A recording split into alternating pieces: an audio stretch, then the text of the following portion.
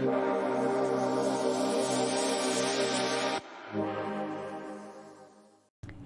and welcome back to my channel, everyone. I just wanted to give a quick heads up before we jump into this video. It isn't exactly how I was hoping to do it. I was hoping to kind of just react to the entire docuseries and condense it down to the parts that I felt were the most important to talk about, but it seems as though TLC does not have a very easy way to video capture this particular show, so or investigation discovery rather. So what I'm going to do is I'm going to show you a trailer of this particular docuseries called The Price of Glee, which is a show about kind of behind the scenes, kind of these people's version of what kind of happened behind the scenes of the show Glee.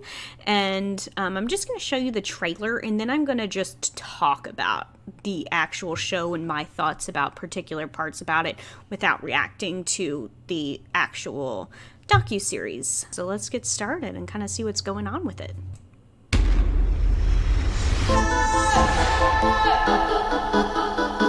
Glee was a phenomenon. The audience couldn't get enough of it. It took all these people and it turned them into stars. It's as fun as it looks.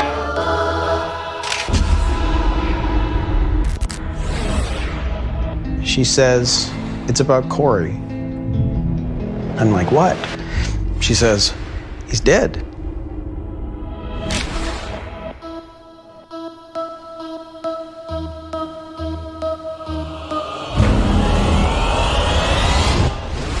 We had a lot of tragedies. And you find out that somebody, is not necessarily who you thought they were. The bigger the show went, the smaller their worlds become. So you can expect, twists and turns. I can't imagine what it must have been like to be that alone and end your life. No one wanted anything else bad to happen. I knew that was the top of the mountain for Naya, for your kid. It was just surreal. She mustered enough energy to get her son back onto the boat, but not enough to save herself. We are just completely in shock. Not another one, not another one. 3 major cast members dead. I don't want to say the C word, the curse word, but that's where your mind goes. Fame can be poisonous. My first reaction was blame. I still feel like there's someone to blame. He shared with me something prior to his death that I hesitate to even say it.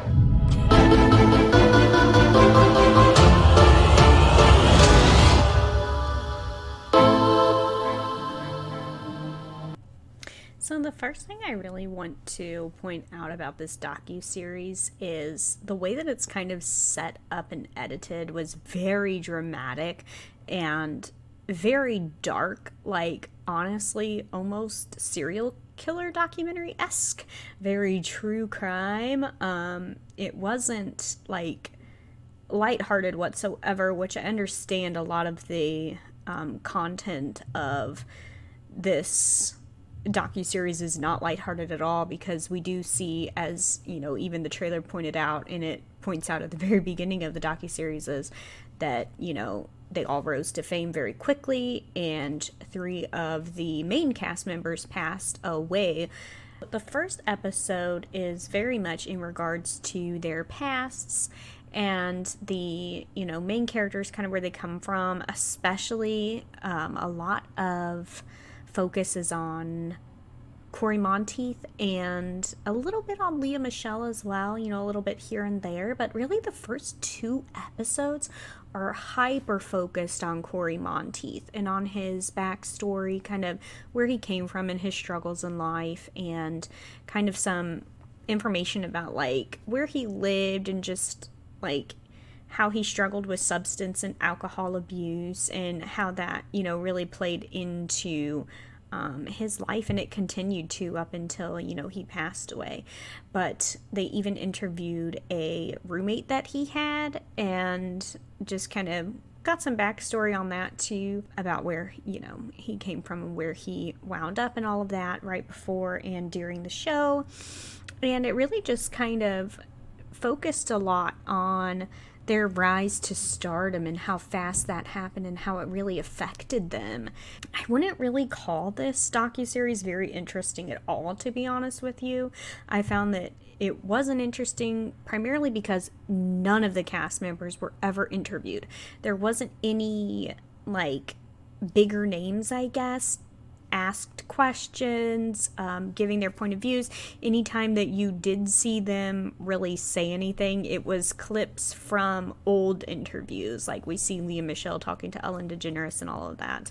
I, wanted to point out too is how they talk about the actors and how their characters were really built off of how those actors and actresses were in their real personal life. So of course they try to really push that, Lea Michele is Rachel Berry or vice versa or whatever, that how Rachel Berry was like crazy kind of attitude wise, that Lea Michele was that exact same way. And they very much, paint her as kind of a villain, to be honest with you. And I know that nowadays there is a lot of hate for Lea Michele. I get that some people were hurt by her and they came out and said that, things were done and all of that. I do feel like it's kind of extreme mob mentality, canceling, if you will, Lea Michele based off of what other people have said she is. And I know that she hasn't had a lot of support from her previous cast members, but I also don't think that it's really that necessary to spew as much hate as they do about her, especially now. Like, how long ago was that? She was also very young. I feel like all of this cast was very young and learning, and to be honest, I just think that it's kind of a lot to keep pushing a narrative that, someone is the root cause of all evil, right? In something, like a show like this. They go into the cast and crew's concerns that the show really wouldn't be that successful, I think, because it was so new and it wasn't really something that anyone's done before. It was, it is like a musical TV show, and it was a lot of work, and they put a lot of money and time and effort into it, and they were really afraid that it was going to flop, and that would have been just very disheartening, I think, for everyone involved. But of course it didn't. It skyrocketed and it became this huge phenomenon. I was an extreme fan of Glee. I loved Glee, everything about it, and I loved singing the songs. I loved, sometimes I thought that the songs were a little old school. I kind of wish that they had done some more modern time songs, but that was just me in my young age being that way, thinking that way. But it skyrocketed, and they kind of just talk a lot within the first episode about the success of the cast and how it affected them and the long hours that they put in, which when it first came out, I knew that obviously it was a big production, but I didn't really stop to think of what all really went into it. If you think about it, they had to, record like their voiceovers or whatever you call that, and their choreography and dancing just for every episode, just insane. And if you see some of those, if you're familiar with it, you know what I'm talking about. Like, those dances were not just like simple. Like, that choreography and blocking alone is just really intense. And then whenever it did become extremely popular, they had to do live shows. They were just like everywhere all the time, even in their off season.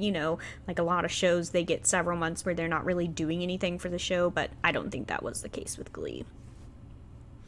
Now, towards the end of episode 1 and into episode 2, we get a huge backstory about Corey's passing, and I will say that it's extremely tragic how all of these people died, and just everything that led up to their passings. It was all very, very like tragic, and just they were all so young, and they're also like, it was just so sudden, I guess, for all of them. So I do just want to preface this next part of the commentary, I want to preface it with that it is very tragic, and I feel very sad, and I feel very bad for everyone that was close to him, and, you know, it was just all around horrible. They make a point to really talk about how he had been struggling a lot with his sobriety and substance abuse, and, you know, eventually he did succumb to those struggles in the worst way. I didn't really appreciate this part of the docuseries. To me, one of the kind of gross and awful things was the way that they used Corey's death to point fingers at this specific unnamed person. They never said actual names. They never called anyone out in this segment in particular. But to me, the way that they were wording it and just talking about someone that he loved so much is responsible and all that, it was pretty obvious to me. They really put the responsibility of his death on someone he loved, is what they kept saying, because they claimed that this person he was so close to had convinced him to partake in alcohol again while he was on his sobriety journey. And I just felt like it was kind of really gross to put that responsibility on somebody.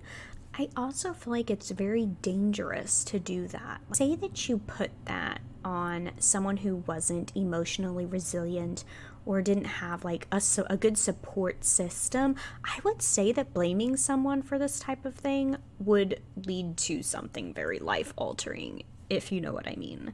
So in reference, there is a clip with the hairstylist who is talking about Corey Monteith. You know, they were very close, which is great. You know, I'm glad that he had someone, but I just feel like this hairstylist's commentary was not fair at all. He was talking about how, you know, Corey confided in him that someone had convinced him to start drinking again, and that he took it and kind of ran with it.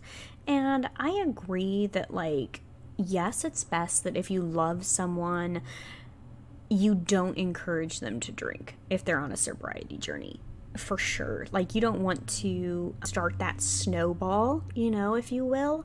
I know that that's, you know, something that a lot of people know that you shouldn't do, but it's also not fair to put that responsibility on someone. You know, like, you can't say you caused their slip up.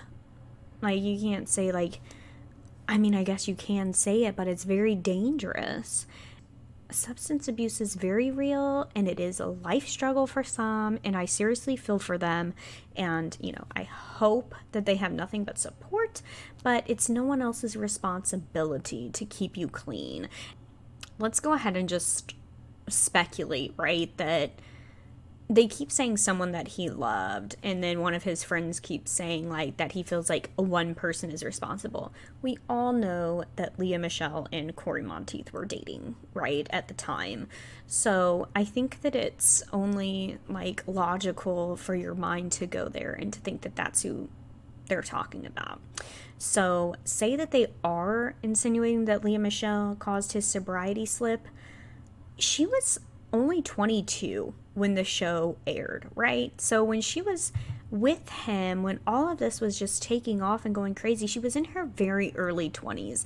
And I think that that is important to point out, that sometimes we expect people to have certain, like, emotional maturity at a certain age. We hold them to a higher standard because they are in the spotlight, or maybe we don't like what we've heard about them or what we've seen about them, and so we're trying to hold them to a very high maturity standard. And I don't think that that's necessarily fair, especially in this case. If she did, like, tell him, oh, that's okay, yeah, that would be a mistake. That would be a mistake for her to encourage him to drink alcohol.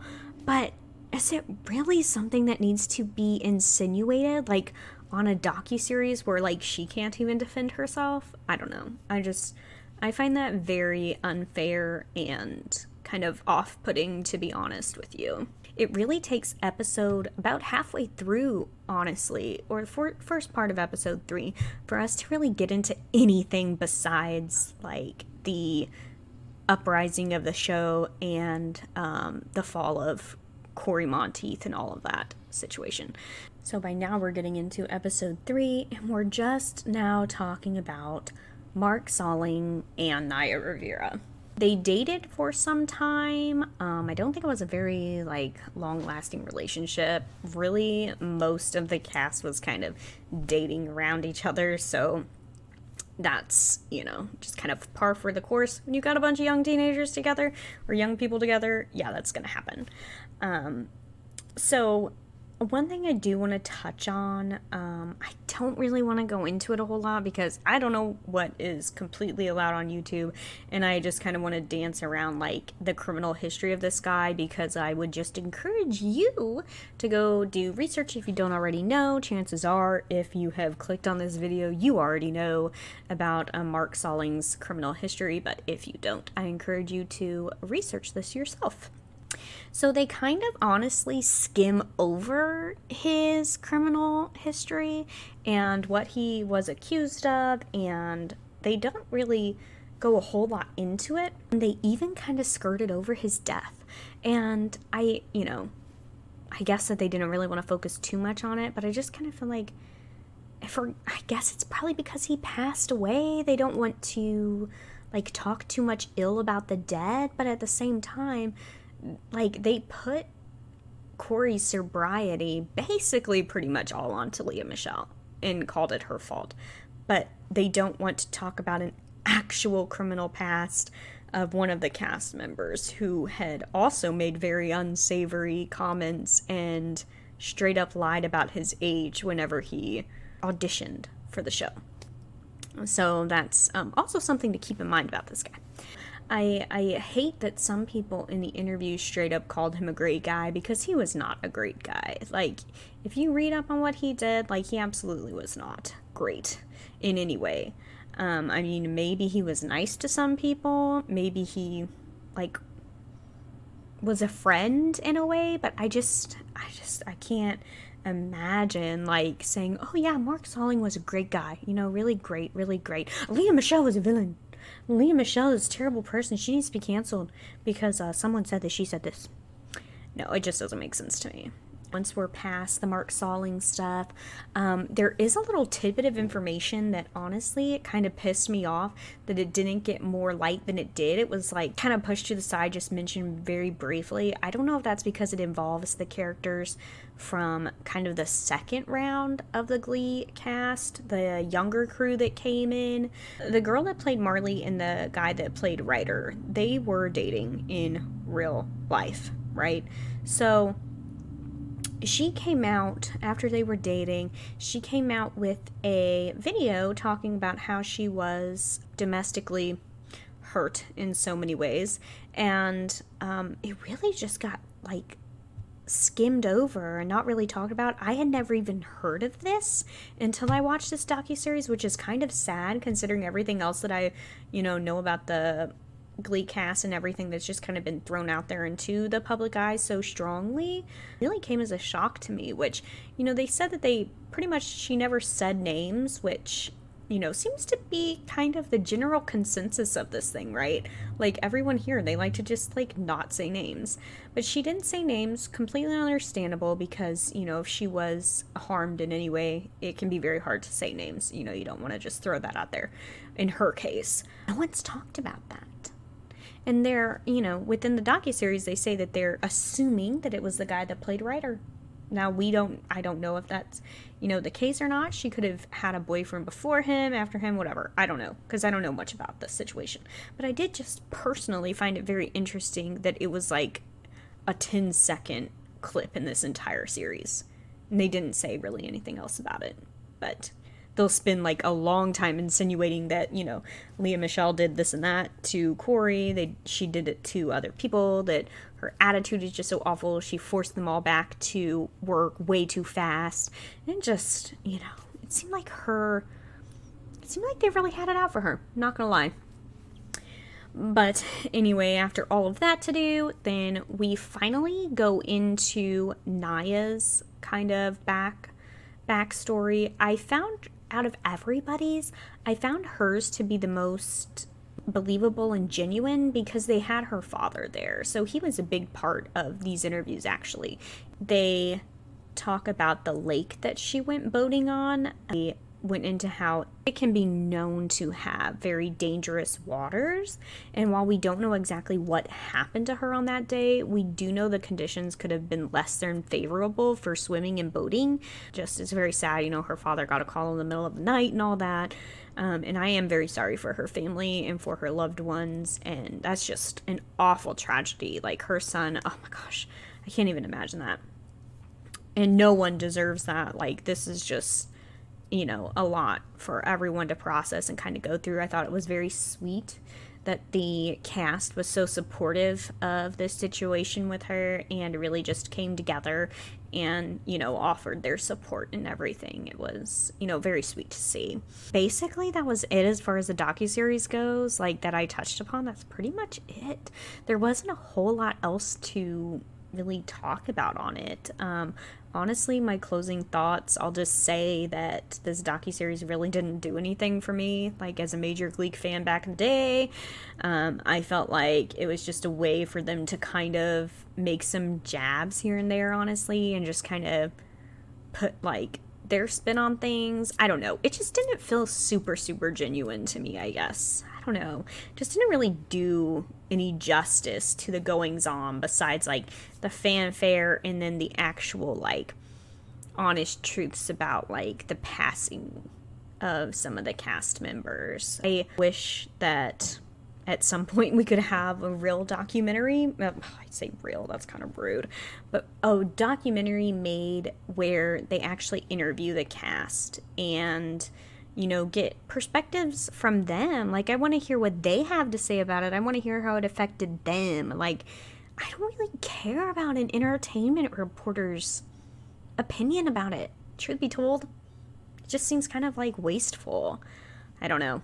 Maybe that's just me, but maybe one day we'll get that documentary. But that's pretty much all I have to say about it. Thank you so much for tuning in today. I really appreciate your support. Give the video a like, and if you enjoyed what you saw, go ahead and subscribe to the channel. I would greatly appreciate it. Bye!